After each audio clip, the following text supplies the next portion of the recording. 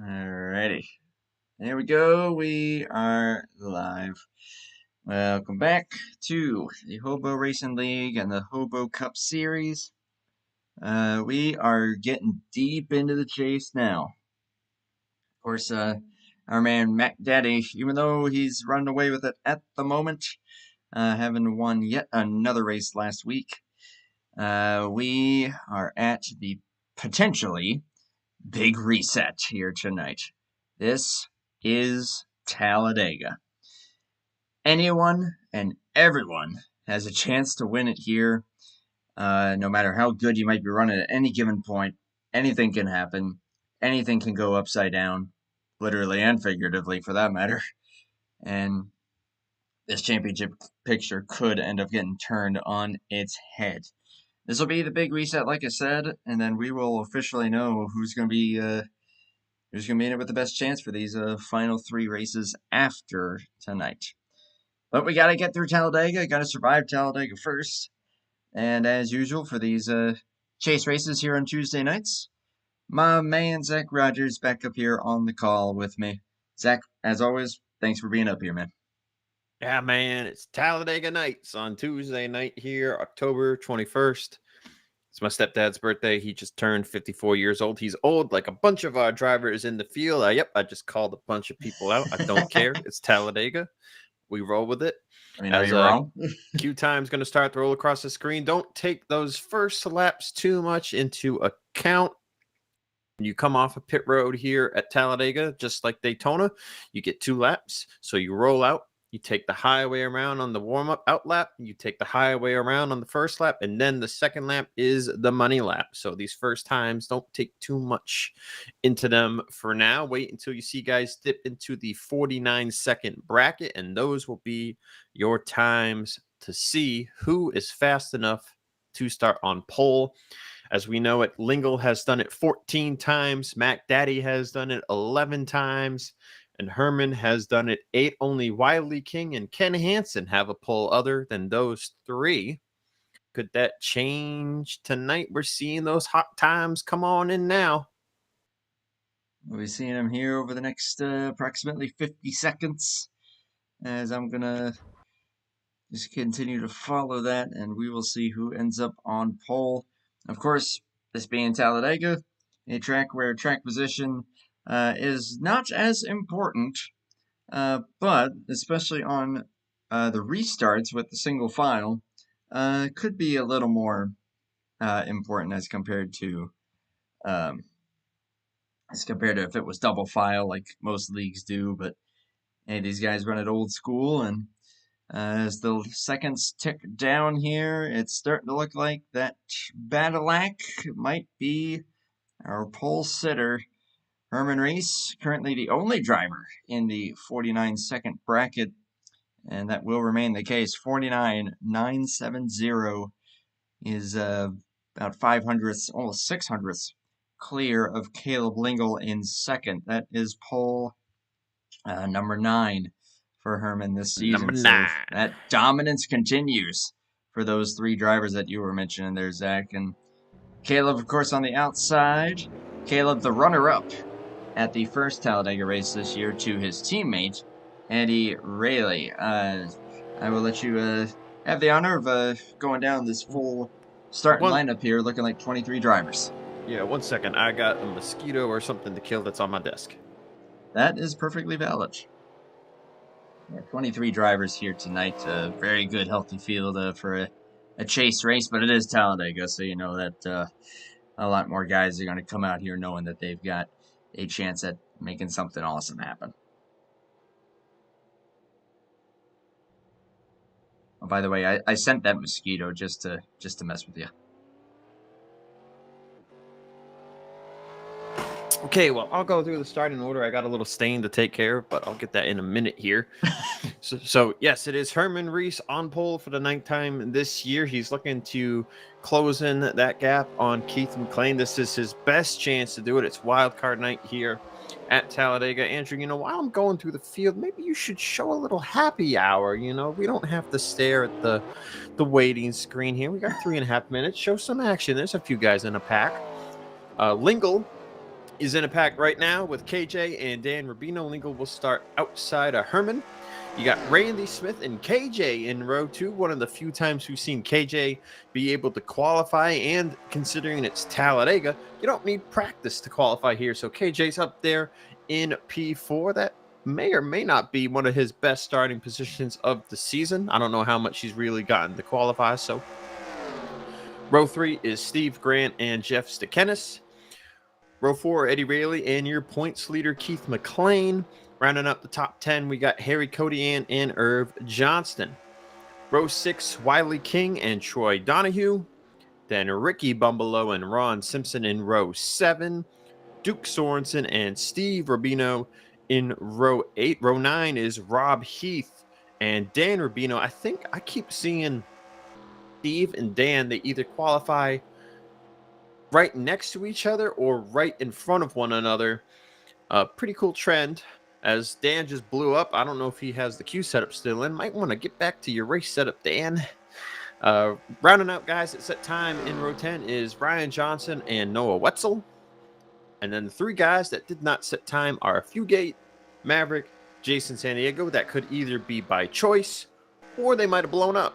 Who knows? We just see the final result. So, Andrew, you mentioned pit stalls not really going to make a big deal.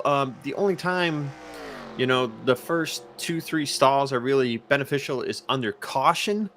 Unless your setup is designed with a really short first gear, kind of like a first gear that's dedicated only for getting off a pit road, you're going to want to be back stall 4 on back, because otherwise, if you've got a really long first gear, it's going to be boggy and you're going to lose probably a half second or so coming off the pits. And if you're the last one off a group, that could cost you the draft. So, assuming we get a complete green flag pit cycle, because going into pit road can be pretty dicey with 10 or more guys going in at once.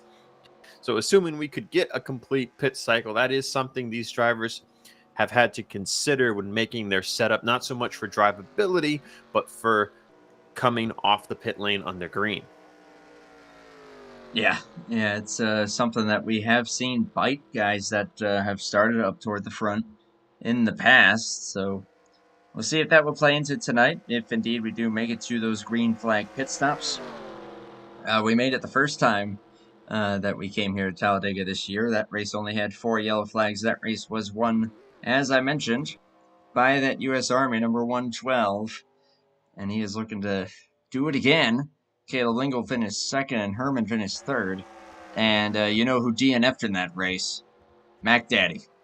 So, whether that's a good sign for this race or if history will repeat itself, well, only time will tell. Either way, I'm sure that, while I know that a lot of these guys, they love racing with Mac Daddy, they love being around him, I'm sure subtly they're probably thinking, yeah, if that could happen again, that would be wonderful. But I'm Ricky Bobby, and if you don't chew Big Red, I've seen that Yes, outtake. sir. That was funny. Mr. Stenzo. Favorite Talladega night copes right there. Thanks for coming by, Greg. I'll be keeping an eye on those Team Speedland cars for sure. But mainly we'll be keeping an eye on those guys that are trying to chase down Mac Daddy, those being primarily Herman Reese and Caleb Lingle. Just before we kick it to the race session here, sorry, go ahead.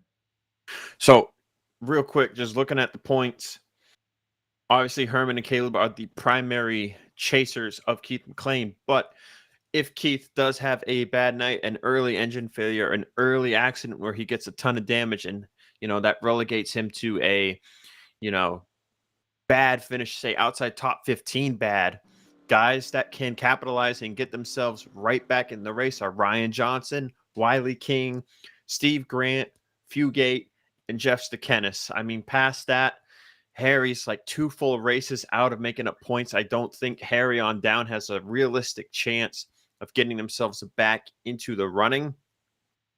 When you look at points gained in this format, as we're into the race session here, I'll just finish this off real quick so I can get on and off. These guys don't have to wait very long. In a full field, the most points you would ever be able to gain is around 150. In a field such as this, the most they're going to gain is, I believe, more so around 100 to 120. If that, it's probably about 100 or so. So realistically, when we leave today, you're going to want to be within, I'd say, 200 points of whoever the points leader is to keep your name realistically in the conversation. We'll be watching pretty much all those guys, of course, primarily the top three. But as you said, Ryan Johnson, he's definitely got enough speed that at these final few races, he could definitely try to make something happen. Steve Grant, of course, King consistency, as is Wiley King. He's been very steady in keeping it up there. So we'll watch for that. But number one factor in that is how that 28 is going to do. And as you said, if Talladega will bite him in one way or another, or if he can try to maintain it, keep it clean, and see the checkered flag in the lead draft. That's going to be the bottom line, is just keeping it in the lead draft after pit stops, after anything that goes on. That will be your ticket to a good result, no matter what. Now, well, from everything I've seen of Keith McLean, a.k.a. Mac Daddy, from over the years, he hates these places, man. He hates Dega. He hates Daytona. He always gets wrecked here, or he has something happen, maybe an engine failure or a bad pit stop. You know, you'll see a lot of guys really trying to get in as deep as they can going on the pit road. But you got to be careful with that, because sometimes guys wheel hop, they lock up. Next thing you know, you got a guy spinning behind people that, you know, then you're just an innocent bystander. You get run into, you get spun out, and, you know, you're off the racing track. So if someone doesn't spin back up onto the track and there's a car coming, there's no caution for that. So you lose a ton of time, you lose the pack, and then you're begging for a yellow, because then you're like, man, the only way I'm going to get back in this is if I get one. So you definitely got to be strategic on how you enter pit road. You don't want everyone to enter clumped up 2 lanes apiece. You want some guys to try to go a third lane down to the inside, towards the inside wall. You can get in about 3 cars tight if everyone's comfortable with each other. You just got to make sure you don't wheel hop and lock up. Saw that Sunday night in Fast, Andrew. You had one guy tried to go in a little deep all the way to the inside, and he wheel hopped it a little bit, and it spun him back out on the track, and there was no caution to save him. That could very well happen tonight as well. Of course, these cup physics, you got to be a little more gingerly coming down pit road with these lower RPMs. We've been hyping this one up for a good while now. The wild card race, it is Talladega. Herman Reese, Caleb Lingle, brings him to the green. And we are racing in Alabama for the biggest race of the chase.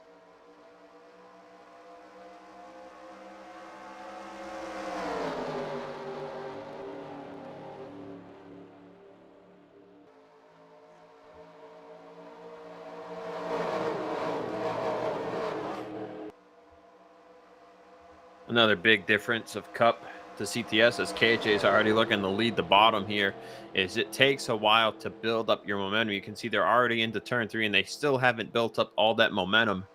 And when you get past, Andrew, if you're at the end of a race here, if you get past off of turn 2, say there's just 5 guys, and you know, 3 of them duck out of line, past 2 guys, even if those 2 guys were to get back in line, it takes like a full lap to really build up another run. So there's really nothing you can do. If you get past coming off a turn 2 down the back, you're basically going to be stuck where you are, because even though the start finish line is after the tri-oval here compared to Daytona, it just takes so long to build up a run. Yeah, this ain't the CTS physics that we're used to over at Prime Time or at Fast that we saw a couple days ago. Yeah, the runs are going to take way more time to develop. And, yeah, as you said, especially on the restarts, momentum will take a lot of time to build back up. But Caleb Lingle led the first lap, being pushed by Jeff Stukenis at the moment. Mac Daddy trying to get a lap led here. and help out that points cushion that he's got. Oh, they don't want him to do that. Oh, he's going to do it anyway. Yep, that's 5 points you're not getting back from old Mac Daddy. Nope. Caleb, at least now him and Caleb are even. But then you'll have to go to the most laps led, which the most laps led in the first race of this season, Herman Reese, 14. Dan Rubino's around in the back. Oh Wetzel, my a little bit of contact. goodness. No caution, surprisingly. I'm a little shocked by that. Big hit to the inside wall. That's on the third lap. He spins back up the track, but no one's coming, so I doubt that'll be the yellow. But that is a lot of damage. We'll take a quick look here. Your boy Emmanuel's in the chat there. He got a bump by Noah Wetzel there at the back, and then Dan clipped the apron, came back up, and then Noah just kept driving through him coming off the corner and dumped him. That is not ideal. And I don't think Dan is going to be very happy about that. Unfortunate deal there off of 2. We'll probably end even if he catches a caution. Yeah, we'll get a replay of that when we get a yellow. I don't. These guys are great, but I don't know if we'll see it go caution free. There's just so much unpredictability, as we just saw there on lap 3. And what's up, Emmanuel? How we doing, brother? That is the NR2003 dictionary. I can attest to that. There's not a lot that this guy doesn't know, that's for sure.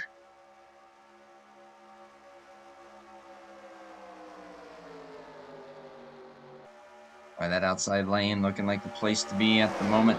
Exactly so what you had mentioned, that outside lane, although Jeff's going to try to take a peek here. Miles back in line, but that's the lane where there's not much tire wear. It's a little easier to maintain. So you got a little jostle back there, but definitely these guys are playing into that and just going, all right, let's just try and run out these laps, at least from what it looks like. Yeah, if you're in the front 5 or so, you're just kind of hanging out right now. There's really no reason to push it unless you know you got a teammate or 2 around or a buddy around that wants to try something. There's really no reason to push it. Keith's wanting to run the very bottom in the tri-oval. That might be a little dangerous. I think some guys might just hold the middle. You could see Keith get held out to dry, but now they're kind of getting a little spread out. They're definitely racing it up now. You see Lingle a little loose. I did say, to you before we went live, the bottom is going to be a bit of a looser lane. The tires wear more, and your car's a little more unpredictable down there. It's almost like simulation-wise, there's like a hair less banking on that very bottom line and gets your car just a little more squiggly, but ultimately it's just the difference of the grip lane built into the track, and that's why the middle is going to be more comfortable. You're going to be more stable in the middle, and you're not going to wear your tires as much. Speaking of stable, not seeing too much stability out of a lot of these guys, but that's of course open to set up Talladega. These things aren't meant to be comfortable; they're meant to be fast. Someone that's looking pretty fast right now is that 31. Jeff Stakanis has taken the race lead, still running that same 31 that he ran last week. Hoping to find some luck with that thing. Steve Rubino, I saw him come down pit road and called it a race. I don't remember him running that car last week, but you might have a better memory than me. Yeah, I'm pretty sure he did, but already got out first retiree, like I said, with that 07, and even though he was running just fine, I guess decided, you know what, I just ain't feeling this. And honestly, I mean, is there... super speedway racing is its own beast, but is there anyone out there that could truly say, like they love it? Like it's their favorite thing to do? I feel like for a lot of these guys, it's probably the most stressful and their least favorite, maybe outside of like a road course or something. Oh boy. Yeah, super speedway racing isn't so much like focus demanding, but it's a lot of strategy. There's a lot of like, when do I go to this line? Who's going to go with me? Who can I talk to that will go with me? And so if a lot of these guys, if they have whispers set up, they've got a group of guys they can talk to, they're trying to coordinate, getting themselves all lined up and then making the move when they feel the time is right. At Fast on Sunday, it might have only been 9 of us on track, but I was talking with Randall Coleman, Josh Moyers, and Jeffrey Goodpaster, trying to coordinate what we could do to get the results that we wanted for ourselves, and avoid working with guys that we didn't want to work with.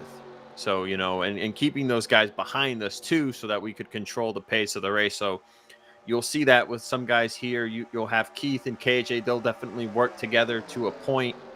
But when it gets down to the end of these things, it's every man for himself, and you're just doing what you can to get yourself as close to the lead as you can, because you want to be able to take the lead, but you also want someone to go with you, because sometimes you'll make a move for the lead. Nobody goes with you. They just take second, and then you go from second to third to fourth to fifth, because they just want to get you out of there. Mm-hmm. Every man for himself, like you said. Eddie Rayleigh to the inside. He's going to look to try to make up some ground here. Someone's making up a lot of ground. Is Ryan Johnson. He's now up here into the top 5 after starting fairly deep in the pack. And now Buffalo Wild Wings machine is pushing that number 112. Caleb right there with him. That's a blown engine. That's Steve Grant that just lost it. Herman Reese a tap there. Save it. Somehow does. Caution is out. That's for the engine. So Herman, unlucky there that he got stuck behind Steve when it blew, but everyone keeps their cars under him. No one crashes. There are a couple of near misses, but yeah, as you said, everyone did a phenomenal job. Oh yeah, Troy Donahue almost got it, and then I think that's that Ron Simpson there in the 25. I see him seeing it back here. But so this will give us a chance to see what guys will do. Typically, if they slow down, that is. Yeah, you guys can drift past the pace car a little bit. You don't got to slam the brakes for that pace car. Sometimes it takes the whole back straightaway to get walled up correctly.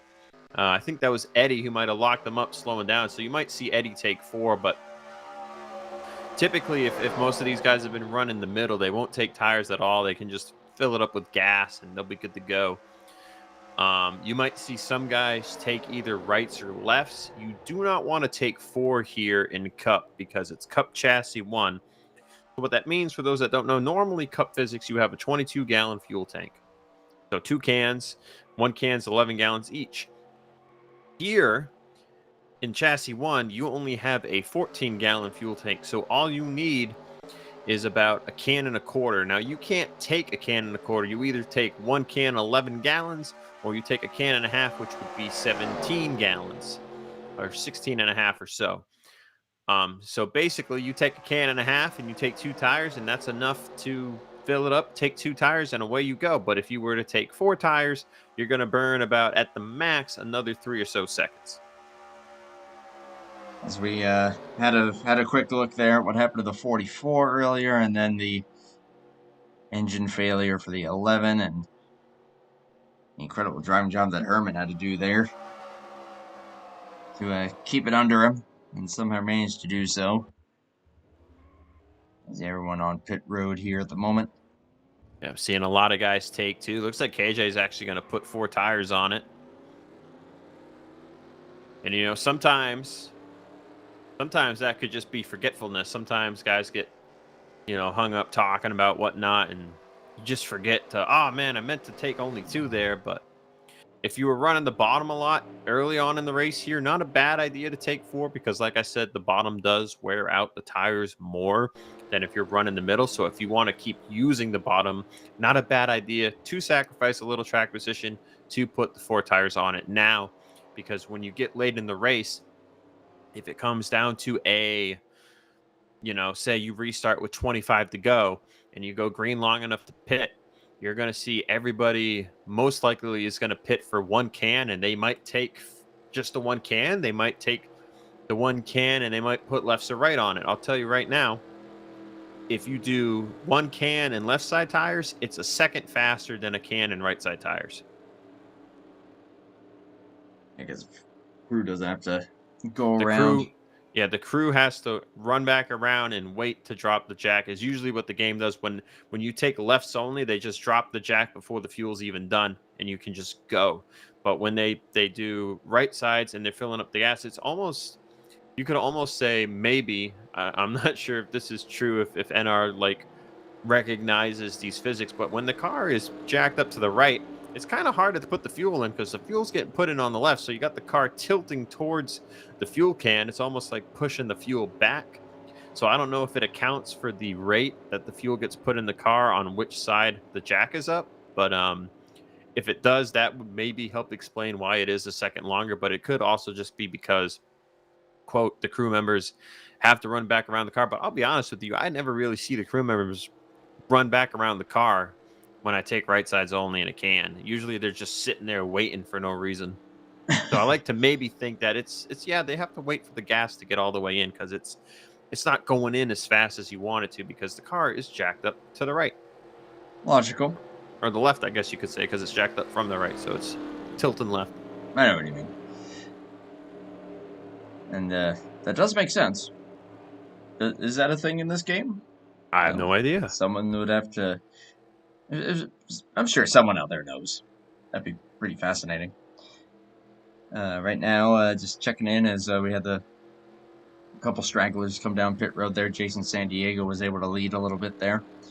Jeff Stakanis back up to the point now in the 31. Mac Daddy right behind him. And Caleb Lingle, Wiley King, Ricky Bumbaloo, the current top 5. Ryan Johnson, Eddie Raley, Harry Kodian, Duke Sorensen, Herman up to 10th after that save. Herman has not led a lap yet.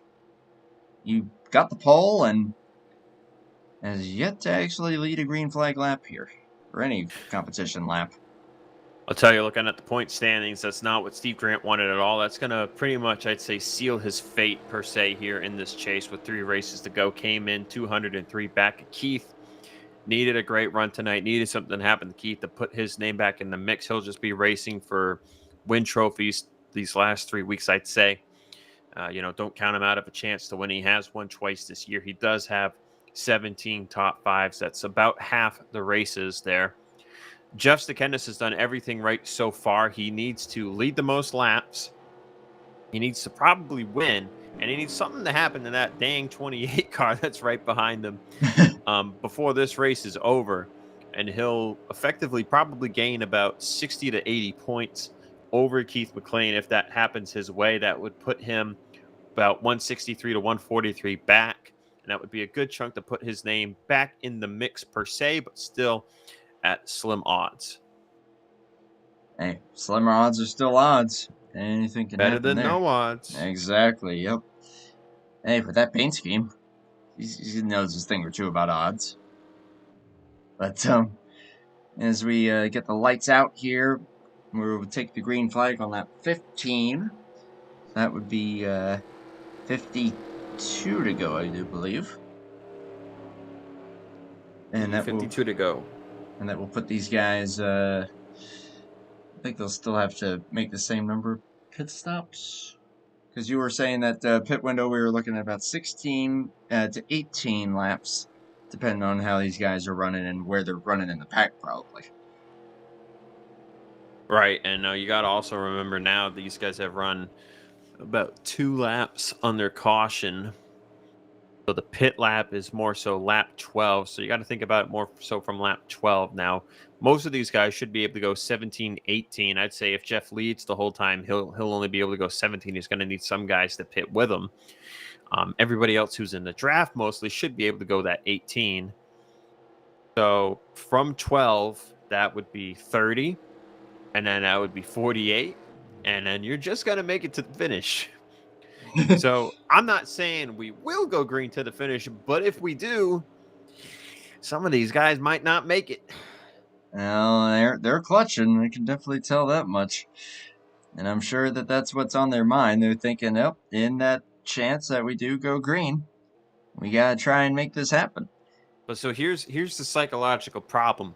When you're sitting here and you're going, man, it's close on gas. I should probably go back down and top off so that I can definitely make it from here. Like coming to the one to go. So like last time by, they would have pit to top off. But at the same time, you're thinking, man, there's 50 laps to go. We're going to crash again. I don't want to give up this track position. I don't want to go from second to 15th. I don't want to deal with that. Because when you're in the mid pack, there's nowhere to go. You could see a guy spinning in front of you up the tri-oval, hit the brakes, but then you're worried about getting run over, so you might not hit the brakes as hard. That's what I did last Wednesday. Guy was spinning in front of me in the tri-oval, and I hesitated because I thought I might get run over. Green flag back out here. And I wholeheartedly agree with you. And even from the standpoint of track position on these single file restarts, although Caleb Lingle's certainly not going to hold back here. He has a great restart gear. He's going to get clear, no problem. And get up to the front. I'm looking at YouTube chat, and Greg Stensowski deleted his message. I guess maybe he thinks he jinxed his teammate there, Steve Grant. But you still got guys in the race. You got Wiley King in there. Wiley King is in here. Randy Smith is in here, and he had a great qualifying effort. I always forget that Randy is part of Team Speedland. I don't know what it is. He does drive a Pontiac, so you would think I would connect the dots by now, but I just always forget about old Randy. Maverick runs the Speedland sponsor on that thing, and Jason San Diego as well. That was the other thing I was trying to think of. So there's still plenty of Speedland representation out here, and especially Wiley. He's up here right now, and I believe that is 5th, although he's under threat there from the 13. Jeff Stickenis just took the lead back pretty much with authority, with help from that 28. So while the restart gear is good for that 113 and 95, getting back up to full momentum speed at 31 and 28 is looking pretty strong at the moment. Ricky Bumbalo up to 3rd, although did a little bit of a checkup moment there with Caleb behind him. Harry Kodian leading the inside lane, trying to charge forward with Duke Sorensen and Fugate down there with them. Ooh. Caleb, no one's sure if he was going to peak 3 wide there. Thinks better of that at this point in the race. That inside, though, yeah, looking pretty sporty. They're actually trying to kind of push their way up to that better momentum middle lane. And may end up bullying their way into it. And that could benefit them if that continues to pan out, yet everyone still plays relatively nice. Sorry, I had to kill another mosquito. I don't know where they're coming from. It's getting cold. They must be trying to get in the house because it's nice in the house. You know? Yeah, it's usually how it goes. Yeah, Greg, I think pretty much just confirmed that there. But yeah, rough break there for the 11. Actually, what was it that did clutch failure? Oh, Dan Rubino just slammed the inside wall. Not again. He's got a left front down. Oh, that thing is pretty well killed at this point. Oh, he's gonna hit the pit wall too. I think he's calling it. That thing's done. You see, take a look here. Oh, what happened here? It looked like he was in a secondary pack there. Something weird occurred here. It looks like almost a some kind of a wheel coming off or something. Almost like his pedal disconnected, and then it just started drifting left, and it just lost it on the apron and slammed the inside wall hard. That's unfortunate. But we do have a little bit of a pack there. You got Noah Wetzel, Rob Heath, Randy Smith. Kind of, I don't know if that's damage or just pace. Maybe they're just playing it smart, but they're hanging back. And then you got San Diego, Maverick, Irv Johnson, Ron Simpson, and now even Herman Reese there. Just kind of trailing a couple car lengths behind the main pack, just trying to play it safe if, you know, you got the bumper grab to worry about. So don't want to be right up someone's bumper if there's a wreck in front of you. You want to give yourself time to react and hit the brakes. Now these guys running relatively on top of each other here. Caleb Lingle trying the inside lane once again. He's got no help, though, quite yet. Unless Harry could try to get up there to him. You know, another thing that could have been a game alt-tab moment there for Dan. Because sometimes when your game alt-tabs, it's still running. Or your screen freezes, it's still running. So you lift off the throttle and you just kind of let go because you're like, I don't know where I am. My screen froze or I can't see anything anymore. And next thing you know, you click back into game and your car is toasted. Yeah. I do remember one time that my controller disconnected and my car just flung itself at full speed into turn 2 at Pocono and killed me. That was fun. That was a while ago. I think a manual was actually there. Like, I remember watching a stream back. He had a full view of it, and he saw me, and he went, "What the heck? Andrew just died." Don't know why that sticks out in my brain so much. Probably because it sucked so bad. Yeah, we usually remembered the dumb things we did or the little negative things we did. We never remembered the little good things we did. Yeah, not the little good things. Or in my case, I don't remember the little anythings. So it could be positive or negative, but if it was so brief and little, like I don't remember it. Like I know when I had Blake Warren on my podcast, he reminded me of a situation from like 8 years ago where I got mad at him at Lime Rock, and I was like, man, I forgot all about that. Maybe for the better. I'm just kidding. I told him it was no hard feelings. I was like, yeah, man, clearly it wasn't a big deal to me because I didn't even remember it until you brought it up. Currently looks like got 17 cars in this lead pack at the moment. Maverick at the tail of it. Maverick's been having, he's been having a lot of connection issues so far in this race. It's been blinking and warping a little bit. Pretty much. Man, some of these guys, they're so loose that sometimes when they're going through the corner, I can't tell if they got side-to-side warp if they're just loose.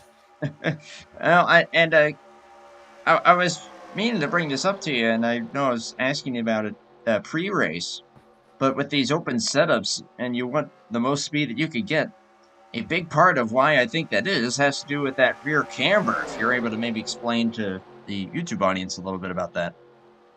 Yeah, so the way camber works, it's different for the front tires than it is from the rear tires. So we'll just talk about the rear tires since that's what Andrew has brought up here. So the rear tires, you have 3 settings you can choose from for rear tire camber.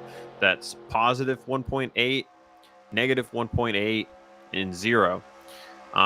Ideally on a normal oval, you would set the left rear to positive 1.8 and the right rear to negative 1.8 because then that angles both tires to the left. Here, it is ideal to have both at 0. That means the tires are flat against the track. You're getting all the tire on the track. So it maximizes, it gives you a little more grip on the track per se, and it increases your straightaway speed by I don't know, 1 or 2%. You can't really notice it, but it makes the car a little more difficult to drive in the corners because you have all that rubber on the track in the corners. You don't have that camber to help turn the car through the corner on the rear end, so it makes the rear end a little more sway. Versus on the front of the car, when you deal with front tire camber, you can go from positive 7 all the way to negative 7 by the 10th. So you could do 3.5, you could do 5.7, you can go by the 10th on the front. So generally what I've seen from guys for cup setups is we'll run a positive 2 on the left front. So that gets the left front angled just a little bit, but then we'll run a negative 7 on the right front. We angle the right front all the way, and then usually you have not a lot of spring on the left front, but a ton of spring on the right front. All those little intricacies and anything you could do to gain an advantage. I know that every single time I tune for this track, I throw that camber in the rear and say, the heck with the front end speed. I would like to be able to actually manage my car. But I'm sure that a lot of these guys are running that 0 camber that you were talking about, trying to gain every edge that they can. But at what cost? Probably some of the dodgy moments that we're seeing here. We're seeing how close these guys are getting. Some of the checkups that are happening. It looks smooth. It looks relatively smooth if you're just watching from out here. But man, these guys are all playing with the throttle and trying not to get into each other. If you're in a position like where Wiley King is or Ryan Johnson is, or on the inside if you're Duke Sorensen. Yeah, Ricky Bumble has been a little bit all over the place. And you know what you'll see, Andrew, or what you'll hear rather, is a lot of these guys may or may not tell you that depending on how loose and trim these setups are, they will run steering assistance to help them out.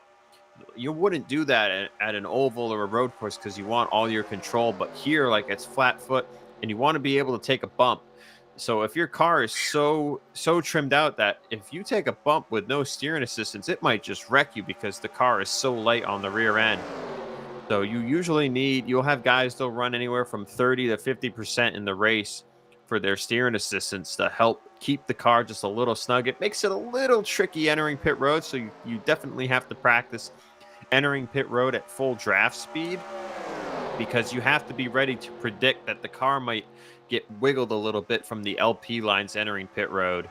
I will say in Q, some of these guys will turn the steering assistance all the way up to like 100% because of how loose it can be. That loose is fast. And that's all there is to it. Is we got 40 laps to go, coming to 39. Caleb Lingle now, side by side with the 31 for the race lead. We're closing up on pit stops here, Andrew. You should see guys, not this lap coming, but probably lap 29 and 30. We'll see probably two groups split off. If there's a group that thinks they can stretch it to 31, if they think the race will go green, if those guys can stretch it to 31 and pit to where when they come out, they start 32, those guys would be in a great spot on fuel. They may lose some time in the short term, but yeah, as you said, that would really set them up for if this race goes green. I think we're seeing some guys starting to drop down now. Just saw Wiley drop. Still got these guys on the outside at the moment. 85, 28, 31. Ryan Johnson's still up there. KJ at the moment. Jason San Diego currently coming forward here a little bit, and that number 22. Man, they're still so I don't know what else to say other than kind of swirly, as Caleb Rose likes to say. But yeah, this could be the money lap here where we could see the first couple takers. If there's anyone to really be thinking about here, it might be Jeff Stakenis, because I feel like he's led a line for most of this run. He might be needing to get down.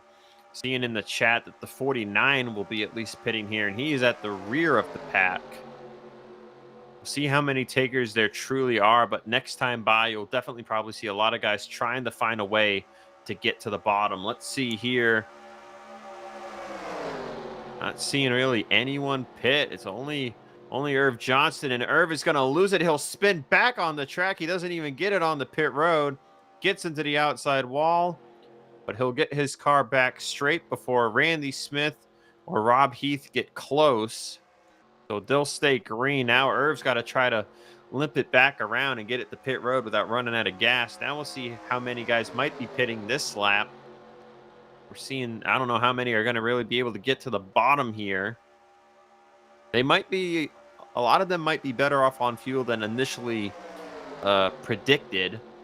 See, Fugate is coming in this time. Duke Sorensen is coming in this time. Those are third and fourth there on the inside line. Keith is trying to pit. That's going to be sketchy. Oh, he's going to pull it off. Jeff's so is Jeff. Oh, that's Keith losing it.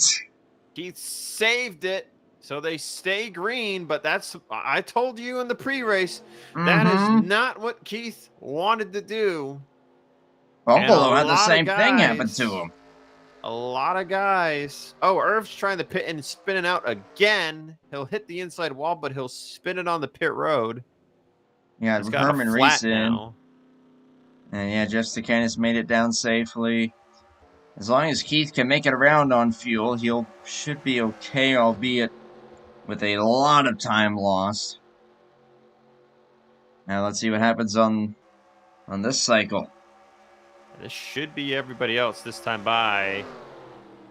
Oh, Harry tried to go too deep, I think. It's going to be speeding.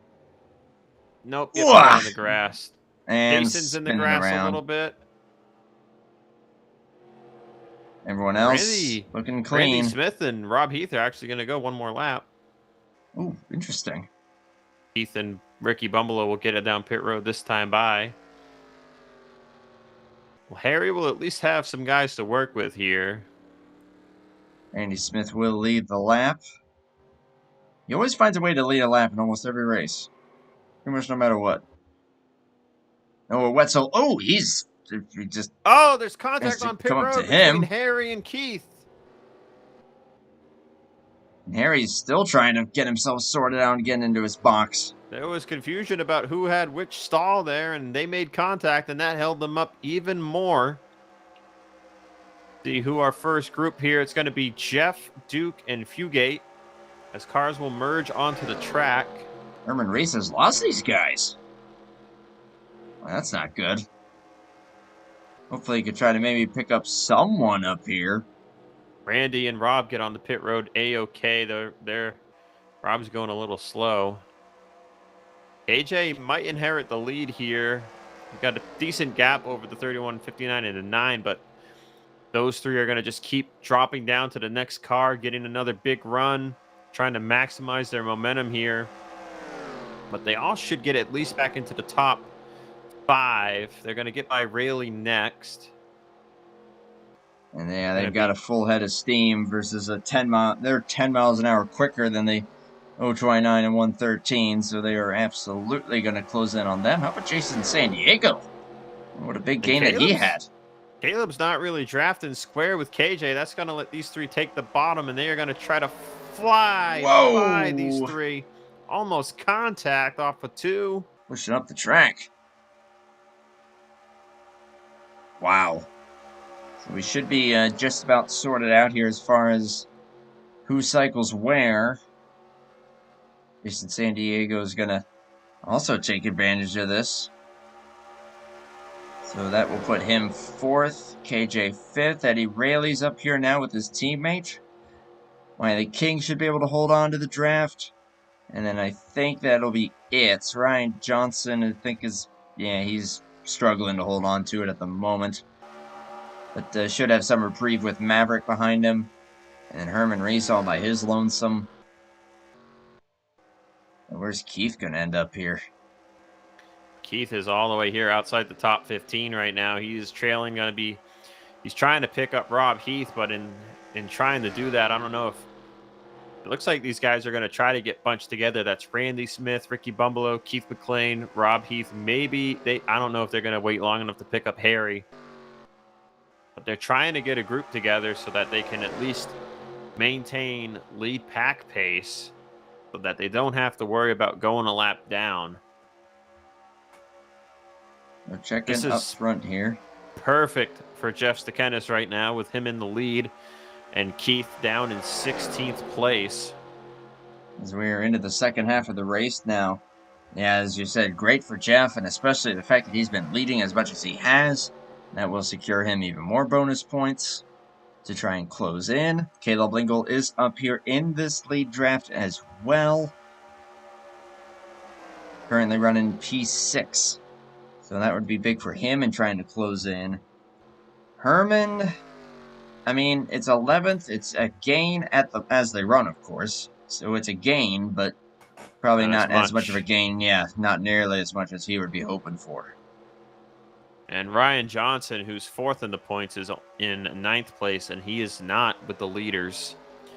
Him and Maverick just a wee bit too far back. They'll see maybe they can get some drafts up here from Wetzel. That'll get them a little more pace, but I don't know if they're going to really have a chance to catch the leaders if the leaders stay single file. Leaders start dicing it up. That could slow them up. If there's a 4-car pack behind, you could see them start to work together, get some momentum, but Ron and Herman are both behind Ryan and Maverick, and as well as Troy Donahue. I think what's ultimately going to happen here is the 73, 25, 81, they're going to get swallowed up by the 4-car pack here from 14th to 17th. And that'll make that a 7-car group eventually. Yeah, now that they're all formed up, that's going to allow them, as you said, to start to swallow up more and more guys. And that would be the last thing that pretty much anyone wants to see. But we still got 30 laps to go here, a whole nother pit stop, and plenty more craziness that could happen. But right now, Jeff Stekenis leading the field, looking for another win, which it has been a while since we've seen a 31 in victory lane, but that would be certainly really cool to see. So we're catching the 49. Duke Sorensen in 2nd. Pretty cool to see there. And remember, Fugate third. Duke is one of 2 chase drivers without a win on the season. Yeah, just him and Harry. Everyone else that's in the chase has won, and now Fugate's actually going to go for it here. So, like you said about these guys dicing up a little bit. I mean, I know that those packs are pretty far back at the moment, but any little bit like this will certainly hurt these guys' momentum. So, just never quite know. Or you also never know that if they start dicing it up, all of a sudden one wrong move, things go sideways, caution comes out, and everything gets turned on its head. Now these guys still trying to sort it out. Caleb Lingle still side by side with Sorensen. I know Duke's not going to want to give that up. Neither of them are going to want to give it up. They want to try to maintain their spot in line. Caleb's going to find his teammate in the 112, and Eddie definitely gave him some grace there and lets him in line. Duke falls back to 5th.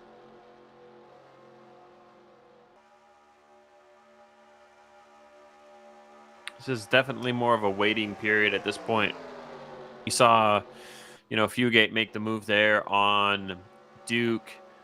And I don't know if Fugate and Jeff work together too much. They do both run dodges, though. They are There's teammates. Not a lot of those in the field. Okay, yep, so they are teammates. So, yeah, I think that was just a strategic move to get them both lined up.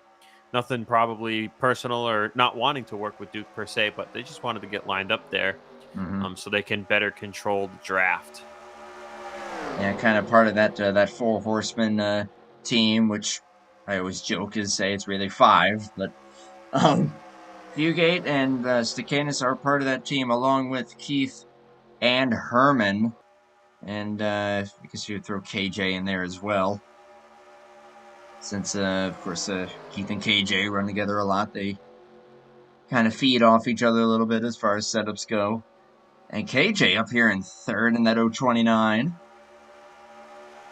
Pretty solid stuff there for the 4-time winner this season. We often forget that this guy has 4 wins on the season. Of course, has missed a good handful of races. But great to see him back out here and running really, really strong. And it'd be really awesome to see that gorgeous Stella Artois machine back in victory lane again.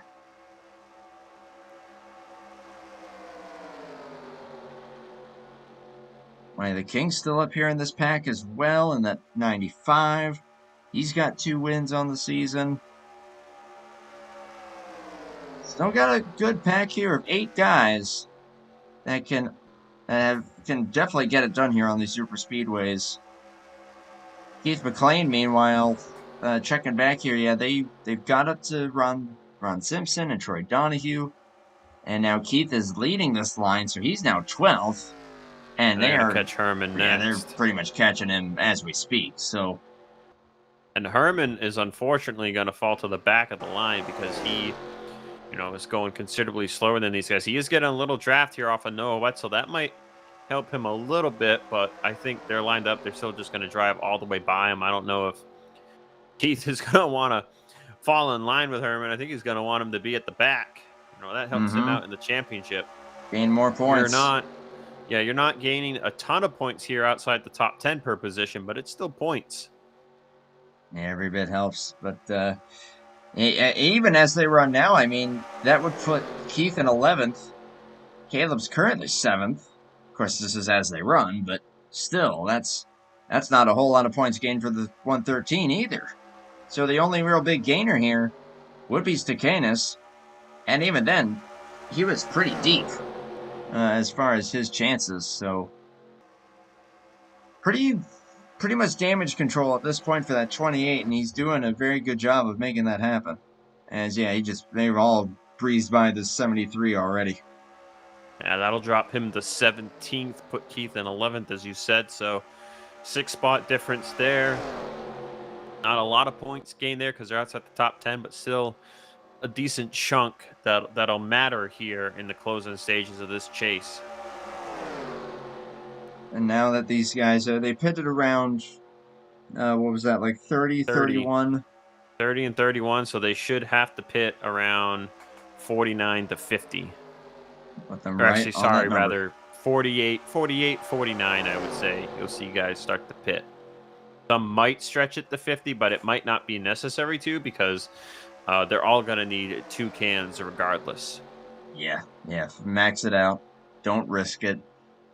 Which actually, funny thing too to mention, like I said earlier, 2 cans isn't 2 cans here. It's still only a can and about a third because it only fills up to 14 gallons. So as a reminder, it only fills up to 14 gallons. So, this last pit stop, you still only want to take 2 tires because if you take 4, you're going to cost yourself 3 to 4 seconds and you are going to lose touch with the lead pack. Mm-hmm. So you want to take your can and a half and your rights or your lefts and get the heck off pit road as quick as possible. Amen to that. Only the one caution so far in this race for blown motor. We've had a couple incidents that did not result in yellow flags, primarily on pit road entry. We've got an 8-car pack here, battling for the race win, and one final pit stop to go. So will this field still be 8? Well, we will find out in due time. Keith McLean's still running 11th, and actually soon enough, they They're going to could get close hairy in here. on. They might close in on Ryan Johnson and Maverick. And we're gonna put the 13 a lap down. Yeah, they're going to put Harry a lap down here. Harry should have the pace to get in line with these guys, so that's going to not really do anything to help up their speed. They already got, the most cars you could want in a line. But yeah, Ryan and Maverick, they do have Irv right behind them. That's going to maybe help their speed out a little bit if Irv can keep touch with these two. But right now, they are losing about half a second to the pack behind the lap. So they won't catch those two before this next round of stops. But if they all get grouped up again, they could chase those two down and have a fighting chance at, 2 top 10 positions. And that would be just what Keith needs, right? Like you said, damage control at this point. And also, I mean, he's got to be clean on pit road this time as well, as we got 20 laps to go and not have another incident like he just had there. Caleb Lingle is going to try to make up some ground here as pit stops close in.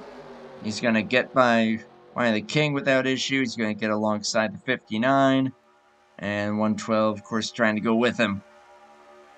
Yeah, what you want to do here, Andrew, is if this whole group were to pit together, you want to be one of the first 3 cars on the pit lane because this group could get easily cut in half as we saw the original pack have done so.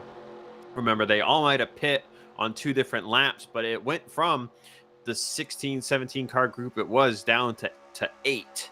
So, if all 8 of these guys pit together, it could easily get cut in half down to 4. It could get cut down to 3. And if it's 3-3-2, no one's going to gain on anybody. Nope. You would have to have the 3 guys in the second group consciously be like, yeah, we need to back up to the other 2, no matter how far back they are, immediately. And then the 5 of us can draft slowly up to the top 3. And it looks like we do have guys pitting here. Duke Sorensen is going to come in this lap. Ooh, 48. Right on the money here. Bugate and Stakanis in with them. So that's 3. They're going to all go in the pit road nice and clean. Let's see if anybody from these secondary groups come in. Ryan Johnson will pit here on his own. Maverick will go another lap.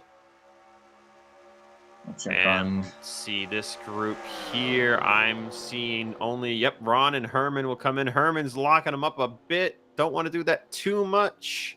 He'll be all right.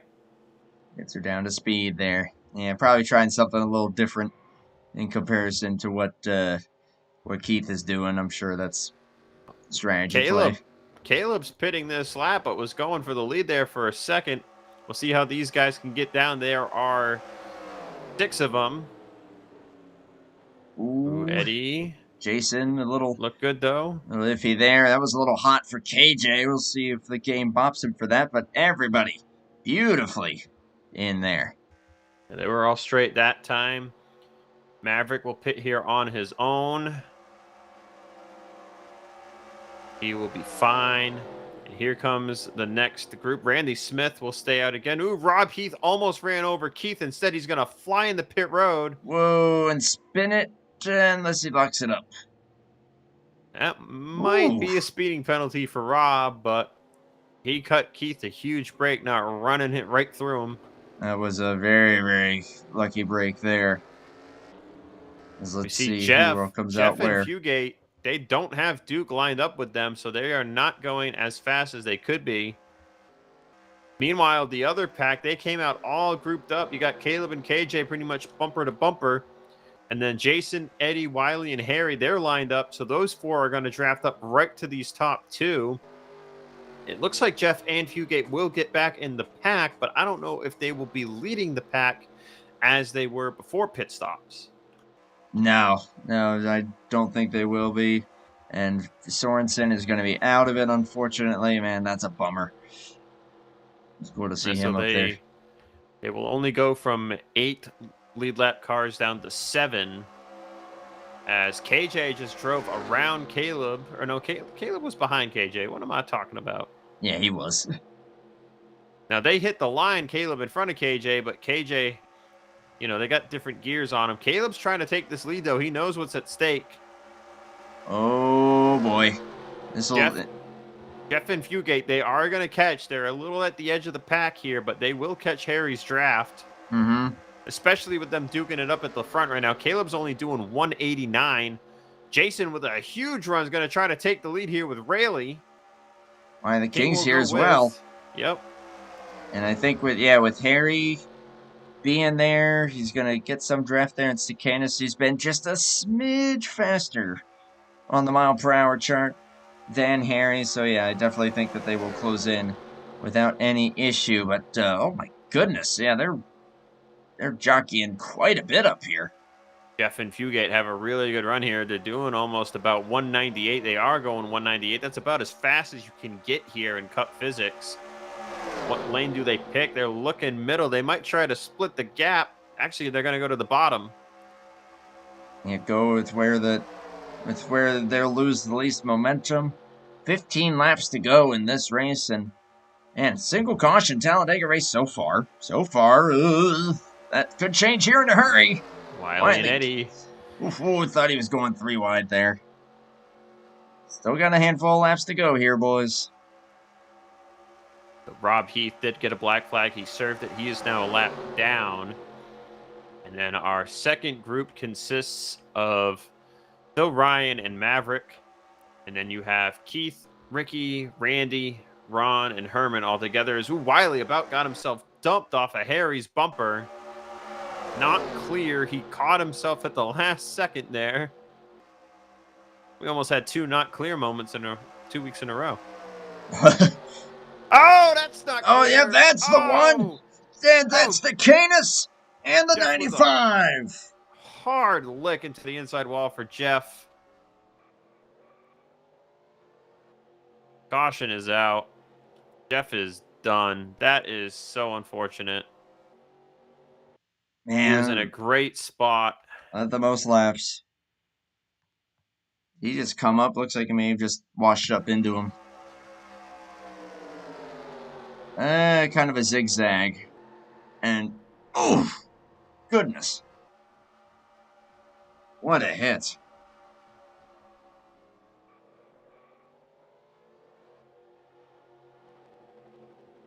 Oh, man. Once again, 31. Okay, so not going to get the run he deserves. I'm seeing 2 things here. So number 1 is obviously yes. Yes, the 31 came up. However, Riley King held the middle coming off the corner instead of going all the way up to the wall. So I feel like that's a bit of an accident, a little bit of a miscommunication accident because, you know, if Wiley goes all the way up to the wall, as I think probably Jeff was expecting him to, that contact would not have happened. But Wiley, you know, he holds middle as he comes onto the straightaway, and Jeff's just not expecting him to still be middle, I think. So I think, you know, it's a bit of a miscommunication accident there. Because KJ and Caleb, they go up to the wall. Now, they did hold low for a little bit longer than normal, so maybe Wiley might have been thinking that they were going to stay middle, and he was just trying to, sometimes you get zoned in, you're just following the guy in front of you. So, yeah, I see a little bit of that, and KJ and Caleb, they moved all the way up at like kind of the last second coming off the corner, and I don't think Wiley just didn't know they were going to do that. So Wiley just, in that split second, he's holding middle. I mean, you can't really hindsight this because it's literally like 10 frames, and you're not going to react in 10 frames. So, yep, all these split-second decisions that you have to make to decide, like, kind of where you're going to put yourself. And both guys just opted for the same piece of real estate, and for whatever reason that was,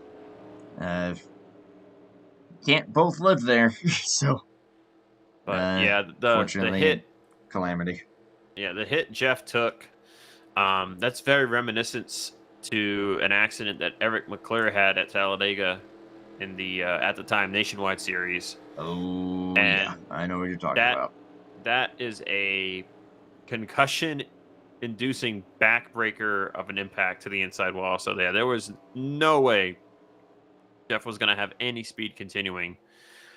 This should put Rob Heath back on the lead lap. It's going to catch up a bunch of guys, and now if you're Herman Reese, you're going to try to get to the front. And you're going to try to keep that 28 behind you while you do it. if you're, I would say, I don't think anyone's going to pit here. No, Duke Sorensen did, which was an interesting call. But he only dropped to 10th, so nothing too bad there. Keith Pitt, Ricky Pitt, Randy Smith Pitt, Ron Simpson Pitt. Because this would be too long of a run to tape up. Yeah, too long of a run to tape up, but some of these guys, if they were running the bottom, they might want to take, if they've only been taking rights or lefts, if they want to even out their grip, they might have been pitting there to take the side that they haven't really taken tonight. Wiley's going to go in again. Now, I did get told that, when you cause a wreck, you do not have to go to the tail, but it is kind of the gentlemanly thing to do. So I don't know if Wiley's just doing that out of habit, or if he just, feels like it might have been his fault. I don't know if he probably might just be trying something here, but he also was in the wreck, so he might be just trying to stay out of the way because of the damage. I'm speculating. I don't really know. I do not know why he just pit again. I'm going to put that on the record. I am just speculating. But speculating. Heath is going to be in 11th. Herman will be 8th. I think this could be the most car in the middle of the pack here. Yeah, I'm sure they'll probably tell him to get down pit road or something, but I feel like there is a high likelihood that we may see Herman drive the most aggressive we've ever seen him drive this season. Because I think that as you said, he's going to want to get as far away from that 28 as possible. Although I'm sure the 28 is probably thinking the same thing, like, hey, I've got a good car. He was running second behind that 31 there for a long time. I wouldn't be surprised if he's going to try and make some moves himself. Right on. Well, I'm going to go take the one quick break I can take here, because once we get back rolling, it's game on. It will be 9 laps to go, most likely. We got 11 to go at the moment. We should get the 1 to green next time by. Caleb Lingle, the current race leader. Jason San Diego second. KJ third. Eddie Rayleigh and Fugate currently the top 5. Noah Wetzel a lap down. And then Ryan Johnson. Maverick. Herman Reese, Troy Donahue, Duke Sorensen, the current top 10. As yep, there goes the 27 to the front of the field here. He will go around, catch up to the tail end once the lights go out here. Still anybody's game here, pretty much. As long as you can keep it in the lead draft, try to keep it as clean as you can. Only a second caution of the race, and it could potentially not be the last.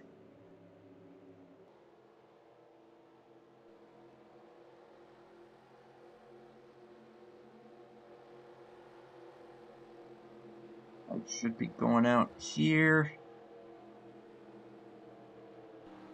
Oh, brother. 9 laps here at Talladega. Been a great show so far. Seen some good action, some good racing, but at the same time, it's been relatively clean, all things considered. Again, we'll see if that goes out the window or not. Because you got points on the line, as we've been hyping up. Caleb Lingle now in the lead. He is not afraid to make some big blocks, get aggressive, and knowing what's at stake, I don't blame him one bit.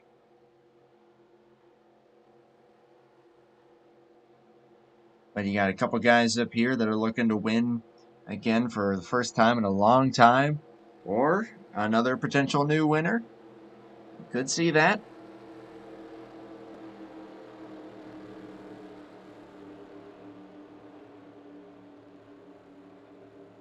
We're rounding through 3 and 4 just before we go back green. Matt will do. I'll tell him regardless, don't worry. I'll tell him like post-race if he's still in the server.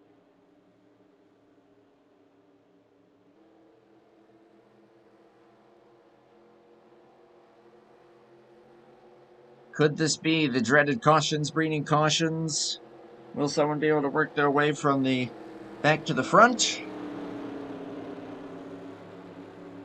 Who will get it done? Who will get lucky?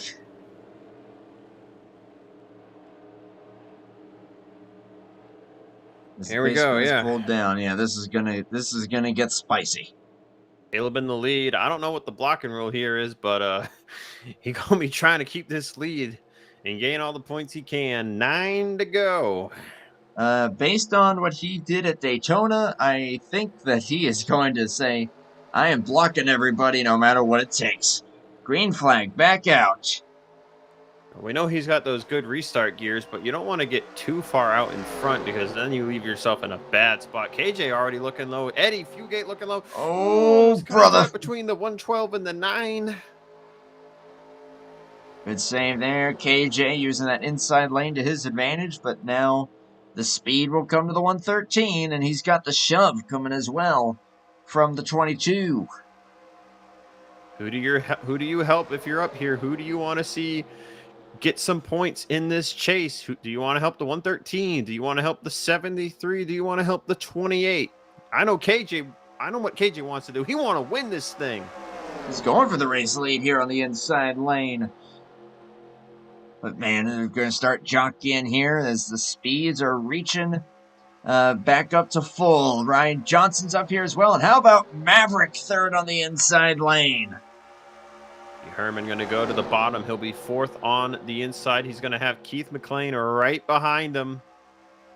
Fancy that.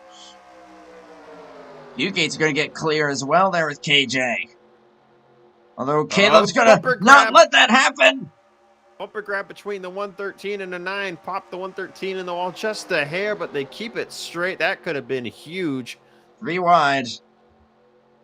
And with how these cars are handling, that might not be where you want to be if you're Ryan Johnson being in the middle there. Ricky Bumbleow's up here. 23 still got some of that warp going.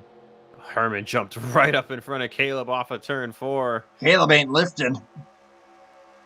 I can tell you that much. Neither's Herman. He ain't going to lift for nobody at this point in the race. 7 to go. Oh, boy. We ain't done with Rex. I can feel it. All it takes is one split-second bad decision, and you're going to have a big one on our hands here. Question is, when does it come out? Because if it comes out after they take 4 to go, it's going to end the race under yellow. KJ leading the high side at the moment. Top 3 are clear. Maverick and Lingle side by side. There's McLean. If they're going to wreck and get a chance for another restart, they're going to have to do it now or the next lap. If they take 5 to go and they race back to 4 to go, that is most likely going to end the race. Oh, boy. It could very well happen. We got 6 to go now. Right now, Fugate's being patient and pushing that 029. 73 is there. He's ahead of the 113. 3 wide again. Oh, almost door tight. slamming. Yeah, 28-78. Keith will get back in line. That'll leave Maverick to dry a bit here on the bottom. Now Caleb going to take his momentum to try to lead that inside forward.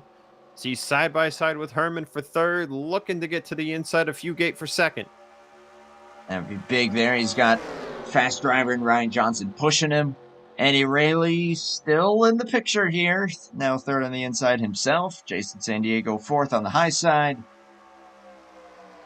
And still a lot of movement, but now, yep, 5 laps to go. This is that magic number that you were talking about if anything is going to happen. But right now, there it is! It's Sorensen! They'll race it back. Around Rob Heath. Oh, big crash between Johnson and Heath. They're racing it back. This is most likely for all the marbles. KJ's throwing the defensive line. Fugate thought about it. Right now, KJ... Hard to build up a run. KJ is in a great spot here. Fugate's going to look high. Going to peak low here, I think. Does not quite have the momentum that he needs. And it looks like it will be KJ leading them back to the stripe. Fugate and Reese, second, third. Caleb, fourth. McDaddy showing eighth. And that will probably do it.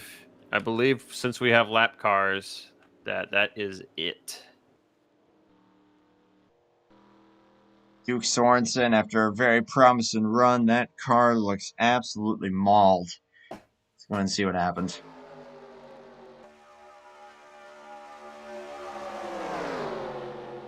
Checks up there for Ricky Bumbalo, and Ron Simpson gets into him. And then, oh goodness, yeah, the 49 started sliding, came up into Rob Heath, and then wild ride for Irv Johnston.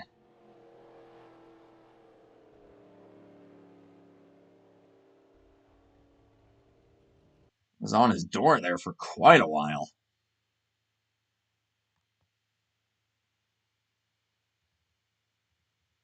We'll get one more quick look at here. Yeah, Ricky Bumbalo looks like tried to file in line there in a gap that was just barely there. Forced Sorensen to check up. Ron Simpson was right on his tail. And Irv Johnson spins on the transition of the banking in avoidance.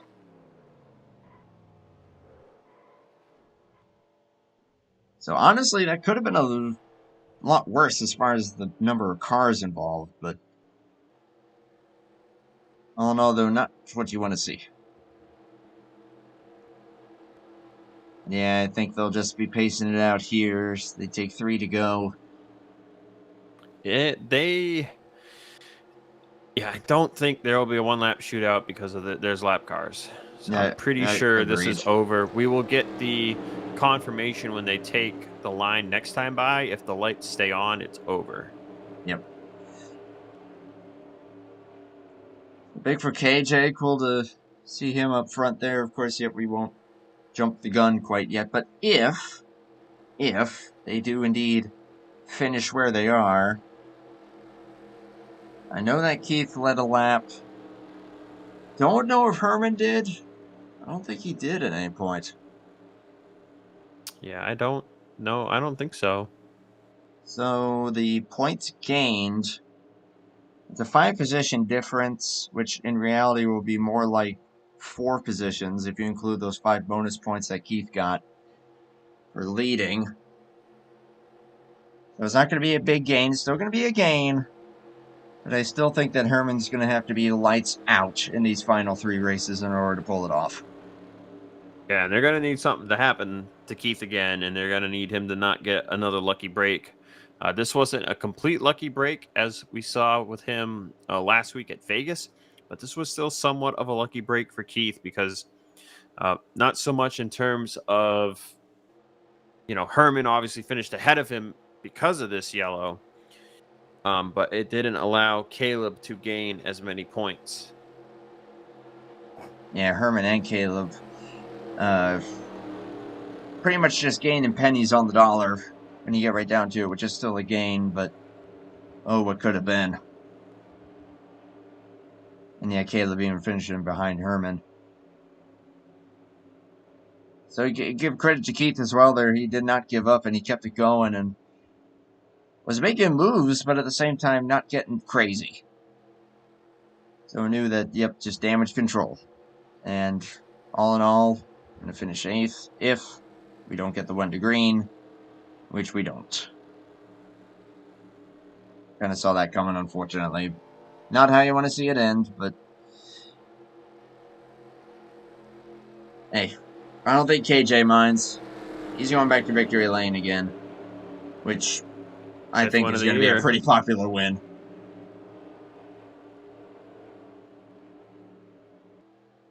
And Fugate second. Good to see him back on the podium again. It's been a long time for that number 9. And this is just a silly little stat about Herman. In the 4 super speedway races this year, he finished first and first at Daytona and third at Talladega. Wow. Just a goofy little stat there. So I guess that officially puts his average finish at second on the super speedways. On the money.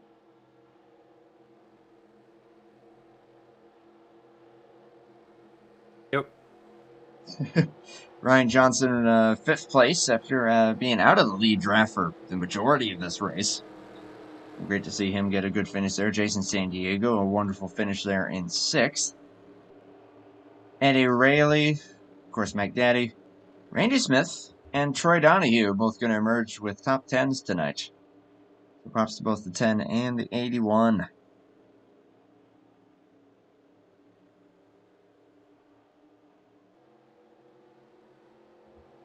Yeah, you got all the BSR guys coming out here and showing their support for this 029. He's just gonna hope that that thing don't blow up in one lap,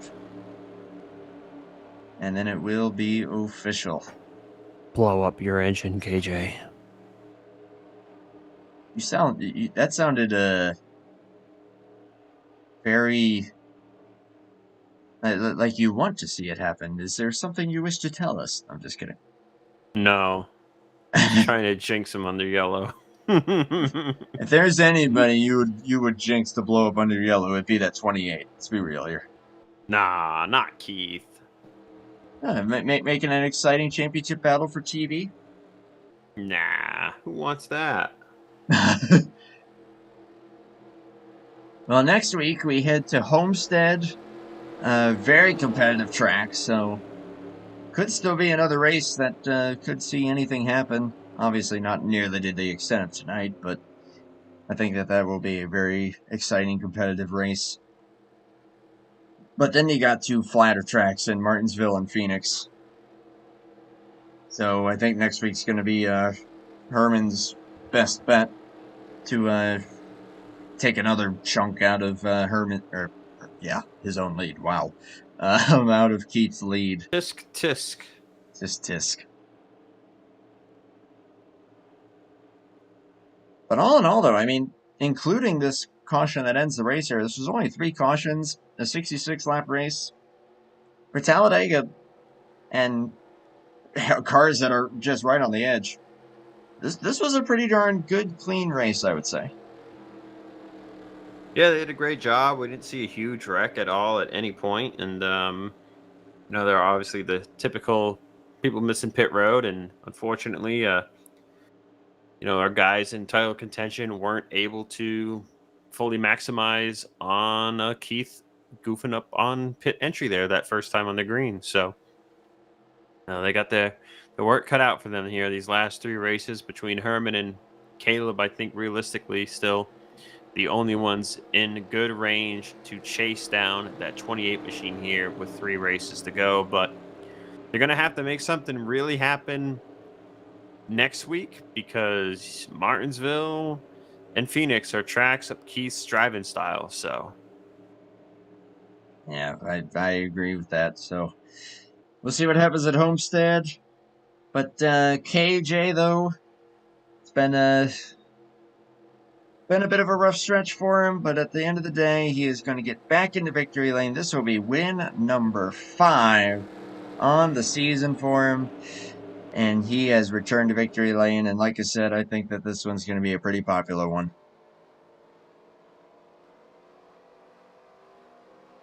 It is official.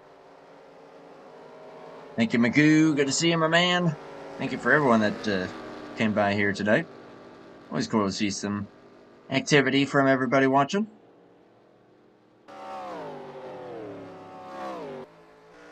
Keith giving him a love tap there. He's going to go and spin her around there on the backstretch. And he blew it up. Well, I mean, I guess he did what you told him. What you told him to do, Zach. He did blow it up for me, so I'll take that. He wanted to do it after he had won, which is fair. So, different type of burn down for the 029. I don't think he can even do a burnout now. Let's see here. Okay, so Jeff Stakendis did lead the most laps tonight, 36 laps led. Really a shame he comes home 20th after that hard accident there in the closing stages. Yep, Herman did not lead any laps. Caleb did, so they'll get the same amount of points. And then Keith led some laps now. So if this is the correct format, because I don't believe any positions other than the winner position changed with their updated format. I believe Herman and Caleb gained 18 points each. So that should put Herman back 65 and Caleb back 113. So Herman still very much in it, and Caleb there with that outside shot. As I said, with this kind of field, the most you can really gain is 100. And, when I look at 23 cars, 23rd gets 94 points. So if you were to win the race and lead the most laps, you would get 195. So you would gain 101. Now, so if we only have 15 cars, well, 15th gets 118 laps. You can only gain 77 points. So it's going to be tight. They need something to happen to Keith in the early going of one of these next 3 races, and they need to finish. They need to win, or they need to finish top 3, or they're just not going to be able to capitalize here at the end because he's got a good lead. Yeah. Yep. It's I mean, as I said, any points gained are good points gained, but yeah, it's one of those cases of what could have been on the night, no doubt. And yep, just confirming there for KJ, that is win number 5. And his 31st start out of the 36 that were run. So big congrats to KJ. We'll get to talk to him in just a bit. But of course, as usual, we will go down our top 3 here, starting with the Battle Act driver. And it is Herman Reese, the guy that's doing the chasing. But Herman, do you copy? Yeah, go ahead. I got you. So another 3rd place here for you at Talladega. That's both Talladega races finishing 3rd. And I think based on the math that Zach was just telling me there, that gap between you and Keith, about 65 heading into Homestead. How are you feeling about your chances at this point?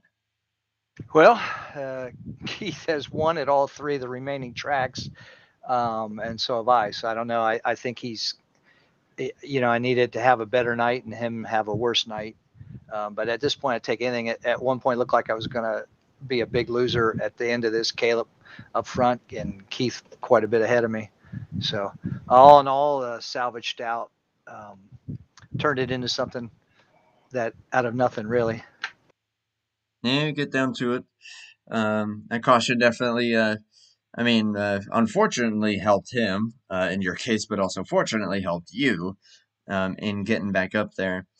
Seemed like that thing was pretty quick. Obviously, it's hard to compare as much on a super speedway, but I think all in all, probably the vibe was just, try and get the points that you can, but just try and survive Talladega and then just make it to these final 3 races. That pretty standard consensus there. That seems to be what I typically get from these guys. Well, I got aggressive. That's why I went for the pole, and unfortunately, the pole at Talladega can be a disadvantage on the green flag stops. But I took every super speedway pole this year, and I won 2 of the races and was up front. So I rolled the dice. I guess I got to get better at pitting, because I thought I really did a good job on the first pit, and they drove off like I wasn't there, and that got me behind. What really got me behind is when unfortunately Steve Grant blew the motor, and I was in the wrong lane, and I went from up front to all the way to the back. And then once you're back there, you see the chaos. You just got to ride. Especially in the points. If this spring race, I'm not going to lie, maybe a little more aggressive through the draft, but I knew there was a lot of race to go, and it played out. I'm a little disappointed I didn't lead anything. That would have helped a little bit. Taking the pole, you assume, but at the start, I don't know who on my line just didn't go, and the top lined up pretty good, and they pushed away, and but didn't get wrecked. Had a couple of close calls, and all in all, ended up being a good night. Yeah, you can never complain with a third place finish at any super speedway, no matter what. So yeah, very nicely done there. Turn it over to Zach if you got anything for Herman here. Yeah, with three races left, do you think these next 3 weeks that you maybe don't work on your setup together with Keith? I know you guys have done that pretty much all year. Do you think it's time to maybe not do that? No. And to be honest, we haven't run the same setup. Keith and I worked this week 3 days on Homestead already, and neither one of us are running the same setup. And I'll just say this, for what we've got, whoever's in the front is probably going to be, whichever one of us. And Caleb's still in there too. Caleb is really good at Phoenix and Martinsville. He's really good at these 3 coming up. So it's not a 2-man show. It's still a 3-man race.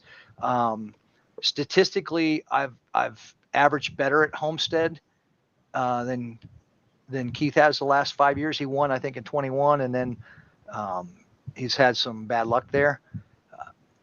But we get to Martinsville. If he gets up front, he'll just run away the field. Martinsville is going to be a big strategic deal, but there's still a chance. I got to make up, I think, 20. So roughly a couple of positions, lead a lap in each race. It's possible. If we get to Phoenix and Keith's got more than 20 points, it's pretty much over.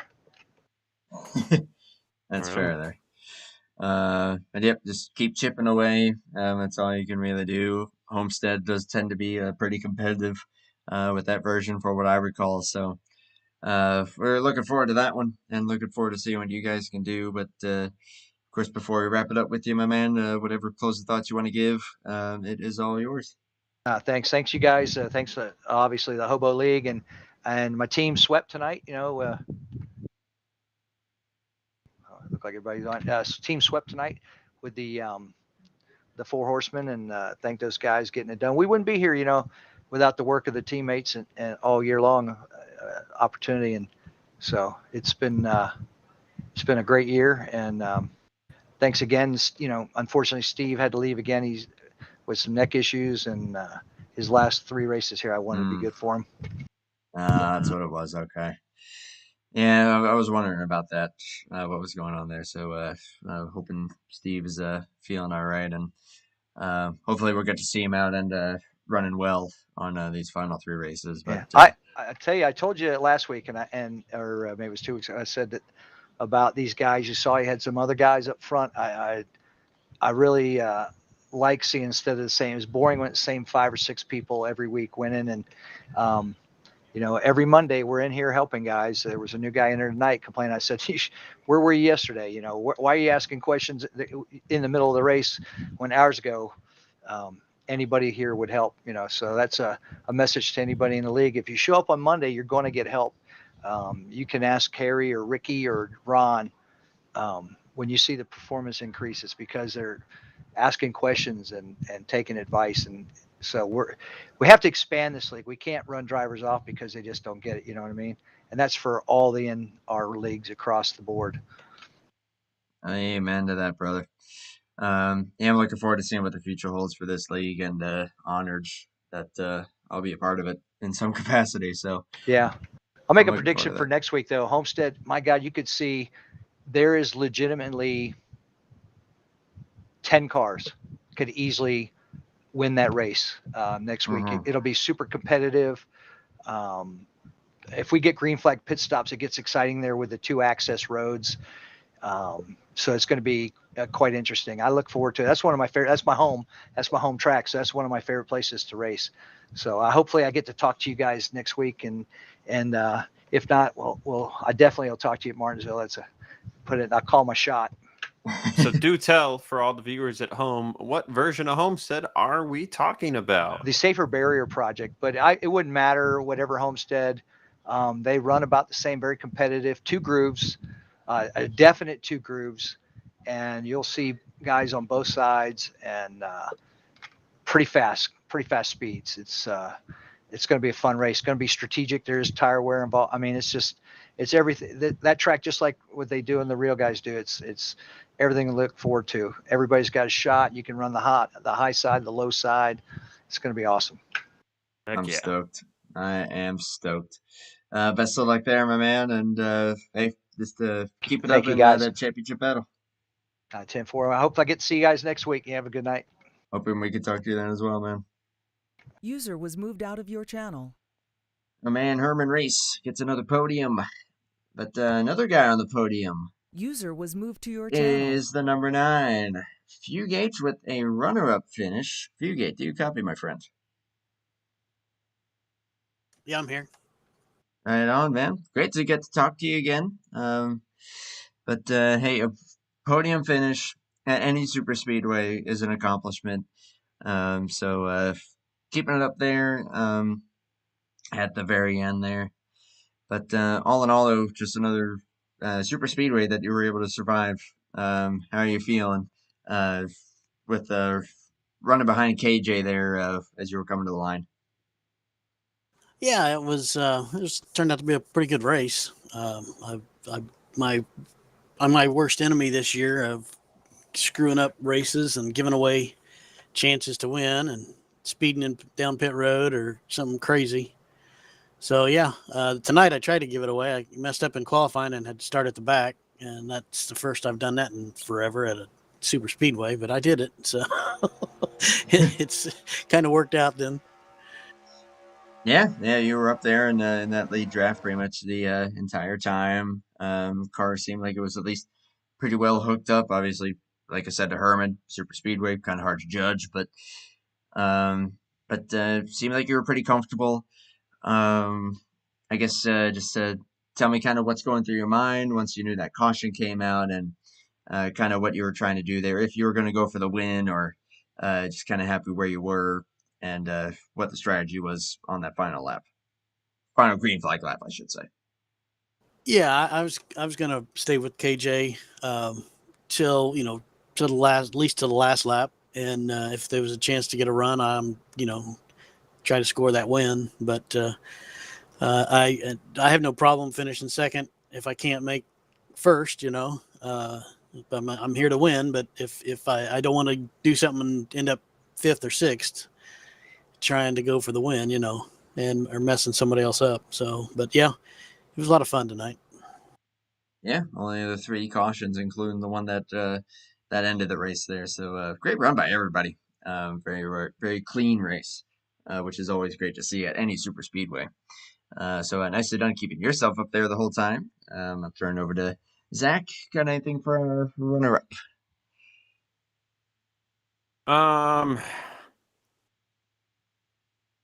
I got nothing. Sorry. Hey, no worries, man.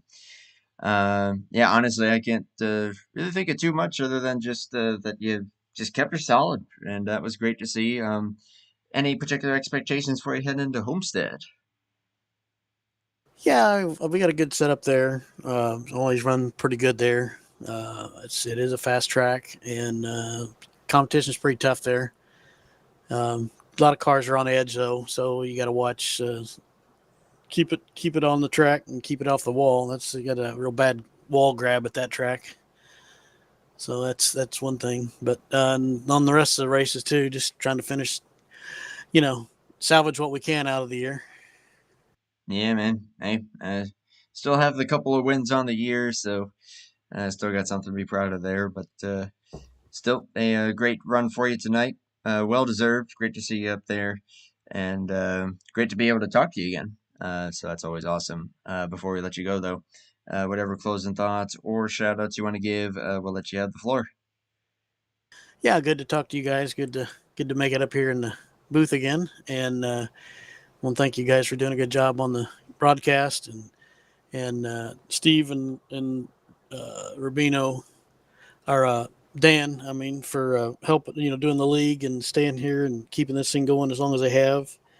And of course, my teammates, I can't even talk tonight. Four Horsemen and KJ working with us too. Yeah, see, it's been so long since I've been in the booth. I don't even know what to say anymore. You're good, man. You're good. But yeah, and good racing. Everybody was pretty good and clean tonight. So it was a lot of green laps. It was nice. Yeah, I got plenty of green flag pit stops in there too. Always great to see. I think always kind of the mark of a good green flag race like that. So props to all you guys, but props to you and keeping it up there in the lead draft all night and getting a great finish out of it. Well done, and best of luck at Homestead. All right, thanks, guys. Yeah, man. User was moved out of your channel. Fugate with the runner-up tonight. Great to see him get another great finish there. As only his 8th top 5 of the year. I'm gonna get the first question when you bring our next guy up here. Sounds like a plan. Let's go ahead and get KJ up here. We'll just make sure he's got us. User was moved to your channel. It is KJ. Do you copy, my friend? Yes, sir, Andrew. It's been a while, but yeah, I got you. We got you. Been a while indeed. Thought you might have lost your touch. How does it feel to finally get back in victory lane there, KJ? Honestly, it feels good because this is not where I was expecting to win. But yeah, last week was not a good track for me to come back on. You got to really find that edge and ride it, and I couldn't find it last week. But we redeemed ourselves this week. How difficult would you say it is? Obviously, you have your own obligations during the day and whatnot. How difficult it is to come into any track with like little to no practice most weeks, and you run them really loose. Like how do you have to attack the race when you come in the server like a minute before Q? It really depends on the track. But normally I'll go to Q and I'll run Q and my race set, and I'll try to run it as hard as I can. And the practice, I'll run it as hard as I can, and so many times I can get it to the edge without wrecking it. And that's where I kind of build that data bank of in the race. And I always start at the back, so I always tend to take my time the first 5-10 laps just to get a feel for it. And I just slowly work my way through the field and just see what happens. But the strat, I don't want to do anything stupid early in the race to wreck the car. That's the big thing. I got to build up to that edge. Right on. Andrew, I'll let you take over some questions here about tonight. That's all good, man. I'll just say for KJ, geez, that just says how good you are. But of course, coming into a super speedway, and all in all, I mean, you qualified, I believe it was 4th, which I know you said you tend to usually start at the back. You ended up qualifying tonight. Curious, what went into that call? I can't use the word on the broadcast that I used, but I just said, hell with it. Let's just qualify and just see what it does. I like qualifying that 4th and 5th spot. It seems to be the best spots to get off pit road because you're already up to speed at the line. Oh, yeah. But I got to get Q set here, Andrew. This is one of the few tracks I can actually qualify pretty good. I didn't get any practice. I probably could have got 2nd if I'd have had just a little practice with it, but 4th ain't bad. Hey, like you said, it actually probably worked to your benefit with the fact that we had green flag pit stops in there, and a couple of them, no less. I guess only other thing that I can really think of, caution comes out with, I believe that was 4 to go, and you got Fugate right on your tail. And you tend to run it up toward the wall initially. I saw you kind of snake it down on the backstretch there. What are you thinking from a defensive standpoint with Fugate behind you, if you know that he's going to stick with you for a while or whatever he's going to do? You talking about coming to the caution right there? Yeah. Well, I seen the inside line forming before the caution came out. So I seen them, Caleb and them down there. I was prepared to move down. I just keyed up in the chat. So, hey, do y'all want to move down? And then the caution came out, and then I seen everybody started to fan out, and that kind of just killed the momentum of both lines. And I was watching more Herman than Fugate because the momentum comes from Herman, not Fugate. And I didn't really see Fugate really closing on me, so I was just kind of shading, hedging my bets, both lines. And I had more tape than Fugate, so I would pull away from him in the middle of the corners. So I wasn't too worried about it because we were all disorganized there at the end. It would have took something drastic for them to have a run to get around me. But I didn't want to give them an opportunity, so I was kind of shading half a lane either way just to kind of give myself options. That's a good call there. I guess final question before we get to your closing stuff.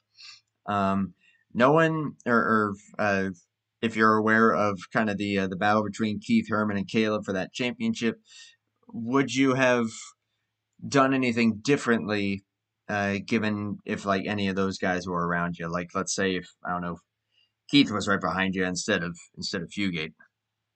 Oh, I wouldn't let him around me. He'd had to wreck me to get around me. I actually keyed up before the race started. I was just going to help somebody try to win if I could. And then I said, I'm going to help anybody win but Keith. And I'm glad I don't have to hear him talk tonight. So everything worked out like I planned. The love is there. You could tell. Too good. But great win tonight, man. I knew this would be a popular one, and it's cool to see if I get back in victory lane. So, and you being back. So, great job, man. That is super duper awesome to see. I'm going to let you have the floor for whatever you want to close out with, and then we'll let you go and celebrate because, dude, you have freaking earned it. That is awesome to see. Yeah, it's been, I don't know if I ain't really talked to anybody here lately, but it's been a hell of a month and a half here going on. So I haven't really had time to get on the computer or been in the mood to be on the computer, but it's good to be back. Life's getting back in order. And honestly, I don't even care about the win. The win don't really matter right now. I just had fun tonight, getting that back on here with the guys and being that plus one of the four horsemen. It just felt good to be, I'm kind of like the stepchild. I think Keith called me Barry Windham. But I'm kind of like the stepchild of the group right here. But no, it's just good to be back on the computer and kind of getting things back in order because last month and a half has been kind of crazy. Yeah, man. So, hey, it's great to hear your voice. Great to see you having fun, doing well, and hopefully that will continue for you at Homestead. As Herman said, that's going to be a competitive one. So we're hoping to see another good run for you. But best of luck heading into that one, my friend. Well, I haven't made it past turn 3 in the last 3 years there. So if I can at least make one lap, we're improving. I keep getting wrecked because there's usually a wreck in turn 3, and I don't qualify because I don't have time to qualify, and I just end up getting caught in it. Yeah, I either qualify or maybe just don't qualify and just fall like half a track back, and then you'll be fine. That's normally what my race set does. I'll fall back about 3 seconds because it's just so out of control, and then when it comes in, it comes in. It always does. Never fails with this guy. That's why we love watching him. KJ, awesome win, man. Again, great to see you back. And like I said, best of luck at Homestead and beyond. Just again, great to have you. Quick shout out before I get off here. I want to say hi to my mom. My mom was watching. I ain't had a chance to say that in forever, but she's a faithful follower of the broadcast there, Andrew. So I want to say hi to her. I want to say hi to my wife. She was watching. First time she's watched in a while. So I want to say I love you. I haven't said that in a long time, but I don't say that in public a lot. But yeah, hey to Pam, hey to Keith. I hate you weren't on here tonight, Keith, but I'll take it. I can't got to hear you. So thanks to Steve and Dan Rubino and all the admins here at HOBO. There's a lot of transition going on, but we'll come back bigger and better and stronger next year. So I want to say hi to Magoo and Matt. I seen them in the chat. Matt, I'll probably call you tomorrow. It's kind of late and I got some stuff to do, but thank you, Andrew and Zach, here in the booth for putting the broadcast on. I will go back and watch it because I ain't been on here in a while. Sounds like right fun. on. And yeah, we appreciate everyone for tuning in, family or otherwise. I was trying to get the wife in here on the interview, Andrew, but she wouldn't want to come here. She got scared, didn't want to come in here. Oh man. Well, Homestead. Do I need If to you talk finish some top more 3, we'll make it happen. smack? Maybe if I talk some more smack, she'll get that liquid courage to come on. I don't know if she can understand the accent enough, Zach. Oh, don't do that to me. Remember the rule, though. Man. No F-bombs or nothing like that. I can't control that if she gets on here, just so you know. Yeah, maybe not then. Had it happen a week ago. We got to avoid that as much as we can. Yeah, well, who else said an F-bomb a week ago? Huh? Well, you just took full advantage because you have special privileges. Hey, I didn't drop an F-bomb, though. That was you and somebody else. You got spooked by that wine and furnace of yours, or radiator, or whatever. Oh yeah, that. Yeah. Yeah, she just heard the liquid courage comment on the broadcast, and now she's Oh talking in the god. room. I play around. I play. And listen, I have full defense over that the radiator because it's never done that before, ever. So you tell me that you wouldn't be a little spooked when you hear that and kind of jump scares you. But anyways, KJ, great job, my man, and we'll see you next week, and hopefully we'll get to talk to you again, and hopefully you can bring your special guest. We'll see, but I doubt it. I'll try my best. Best of luck, my man. Great job tonight, though. All right, thank you. Y'all have a good night. You too, my Oh. brother. User was moved out of your channel. And to his point, I'm looking at the export from last year's race, and KJ did not make it a full lap. He did, in fact, as he said, he didn't make it past turn 3. He got in a wreck. Looks like maybe Jeff Stakenis might have had a part in that. It looks like, looking at last year's export, Jeff got the pole. KJ started in 5th. And they were both done before lap 3. KJ didn't even bother after he got wrecked in turn 3. Jeff tried to go a few more laps, but his car was toast. Another notable name that did not finish that race is our points leader, Keith McLean. He wrecked out with about 23 to go. Ooh. Steve Grant actually dominated this race a year ago at Homestead, the race that we are previewing now here. So Steve led the most laps there a year ago. You had Herman in 2nd, and Ken Hansen was in 3rd. He showed up for that one. Caleb Lingle is nowhere to be seen on this export. So Caleb did not run this race 1 year ago. Ryan Johnson also worth noting. So I would say be on the lookout for Steve and Herman. And I think Herman said in his interview, a lot of guys got speed at this track. So it should be a very fun, competitive race. Looks like they only had the 5 cautions last year. So hopefully we see just as good of a race this year. And this is the exact same version that we ran the first Homestead race this year, with which Ryan Johnson won. With Steve Grant and Herman race, P2 and 3. And you want to know who else DNF'd? Mac Daddy. That's what I said. I thought you were looking at last year. Last year, yeah. Are you talking about this year in the spring? Yeah, I'm looking at the spring race. Oh, okay. I missed that part. I zoned out for like the split second you said spring. So and then I thought you were repeating me. Nope. Yep. You were looking at last year's. I'm looking at the spring race because it's the exact same version. So yeah, Keith does not have a good track record at this track the last couple of run-ins. So according to Herman, we'll see. he has one here. So we'll see.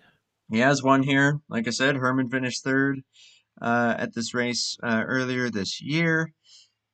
I don't think Caleb started this one either, actually. I don't see him on here, so. Oh, no, there he is. Nope, he also DNF'd. So.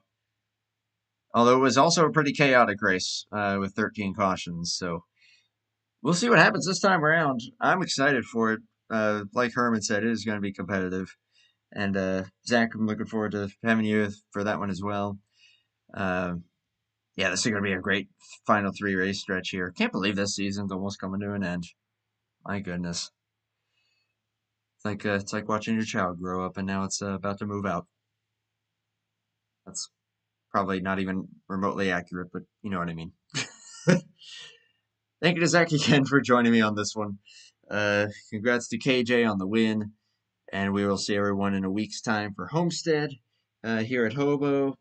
Until then, though, we will also see everyone on Saturday nights for our ongoing coverage of the Primetime Racing League Saturday Night Shootout. See everybody then. Have a good night. Take care.